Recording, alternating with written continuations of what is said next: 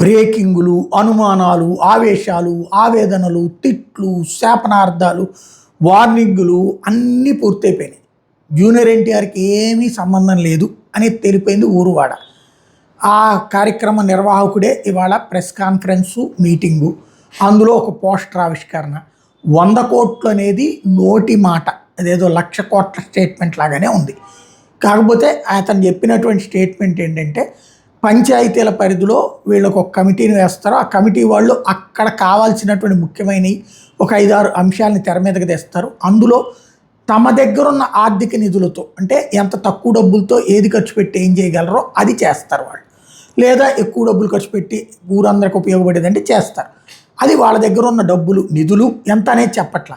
మా దగ్గర ఉన్న నిధులు, అక్కడ ఉన్న సమస్య తీవ్రత, ఆ సమస్యల్లో ఏది ప్రయారిటీ అన్నది చూసుకుని చేసుకొస్తామంటున్నారు. ఓ రకైతే ఒక రొటీన్ కార్యక్రమం. కొంత వీళ్ళ దగ్గర ఉన్న డబ్బులు ఖర్చు పెడతారు ఆన్ ద నేమ్ ఆఫ్ ఏదైతే జూనియర్ ఎన్టీఆర్. అది దీంట్లో అక్కడ ఏ తెలివైన పని చేసింది అటు జూనియర్ ఎన్టీఆర్ ఫ్యాన్స్ వాళ్ళు కూడా ఏ గొడవ చేయలేదు, పోలీసులు అడ్డుపడలేదు, తెలుగుదేశం ప్రభుత్వం ఇబ్బంది పెట్టలేదు. దాంతో ప్రశాంతంగా ముగిసిపోయింది. అదే ఈ గొడవలన్నీ జరిగితే మళ్ళీ హై పాపులర్ అయి ఉండేది. ఓ రకంగా మంచి పని చేశారు.